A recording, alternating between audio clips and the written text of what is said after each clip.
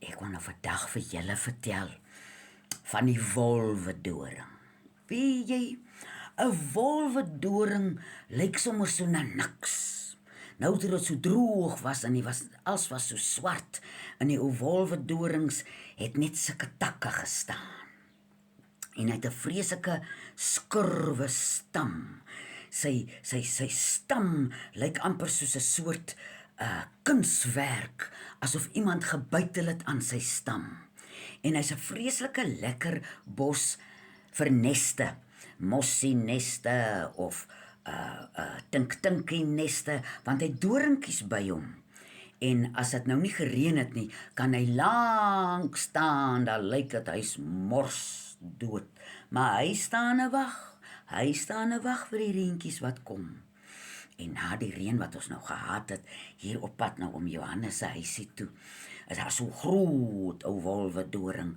Aan sy voete groei die 8 dae genis, want hy gee ook sy skade weer, al het hy nou nie blare en dinge nie, gee ook aan sy voete vir kleiner kruie en plantjies 'n plek om te groei. Nou staan hierdie ou takke so, en nou en dan maak ek hom bietjie nat, maar hy wil nie nat gelei word, hy wil die gieter uit die hemel uit se water hê. En na die reën het hy nou sy blare gekry, en sommer kort op sy blare, hy het so 'n perstrompetjie vir 'n blommetjie, moet so effens geel, en dan die tinkies, ek het nou nog die suikerbekkies gesien nie, maar die tinkies, hulle gaan dan nou so met hulle bekkies daarin. Weet jy, en agterna, na daai perstrompetjie, maak hy so rooi, wat sal ek nou sê, saadjie, so pragtig rooi, daar lyk dit soos klein, wat is cherries nou in Afrikaans, soos klein kersies aan die ou wolwedoring, wat so lelik staan, en daai, ek het een keer 'n worsond gehad, wat ook van daai pytjies geëet het, en die voëls eet weer daai pytjies ook. So al lyk hy soos iets wat regtig nou die lelikste as 'n mens nou met punte gee, vir skoonheid aan bosse, ja, hy sê 'n boom nie, hy's 'n bos, sal arme wolwedoring nou baie agter in die ry staan. Maar die ander werke wat hy doen, die skuiling wat hy gee aan sy voete, en as hy blare het, daar kan nie sommer 'n slang of 'n ding of 'n laksman daar inkom nie, want dis moeilik met die dorings en die stekelrigheid, as jy nou daar 'n nessie het, dis 'n veilige plek vir 'n nessie. En as ons nou so kyk, toe dit nou regtig begin grys raak, en dit begin swart raak, en dan haal ek altyd my moed by die ou wolwedoring. Dan dink ek, hier staan jy nou.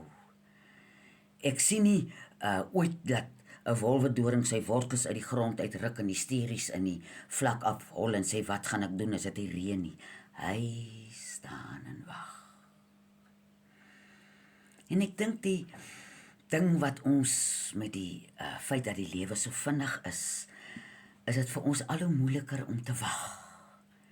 Om te wag vir die heilige tyd, for divine time.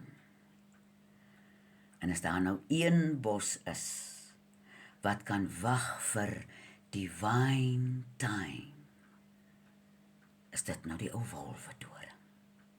Hy twyfel nie, hy raak nie buitekans hoop en dink, wat gaan van my word nie. Hy staan maar, en hy hou uit, en hy hou uit, en hy hou sy oog op die horison. Hy bly kyk na die lig daar in die waapad. Want die oom het altyd gesê, as ek so bang raak, as dit so droog raak, dan sê hy, juffrou, dit moet reën. Dalk nou nie hierdie jaar nie, maar dit sal weer reën, want dit moet weer reën. En dis nou die ding wat die wolwedoring soos 'n paal bo water staan weet. Hy wag. Hy sal wag vir sy reën. Hy sal getrou wag, want hy weet, in sy wag, in sy glo, weet hy,